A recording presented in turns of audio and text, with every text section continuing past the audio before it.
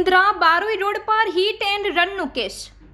મુન્દ્રાના નવનિર્મિત બારોઈ રોડ પર મોડી રાત્રે એક અકસ્માતની ઘટના સામે આવી છે, જેમાં પૂર ઝડપે આવતી ઇકો કારના ચાલકે યુ ટર્ન લેતા એક એક્ટિવા ચાલકને ધડાકાભેર ટક્કર મારી 300 મીટર જેટલો ઢસેડ્યો હતો।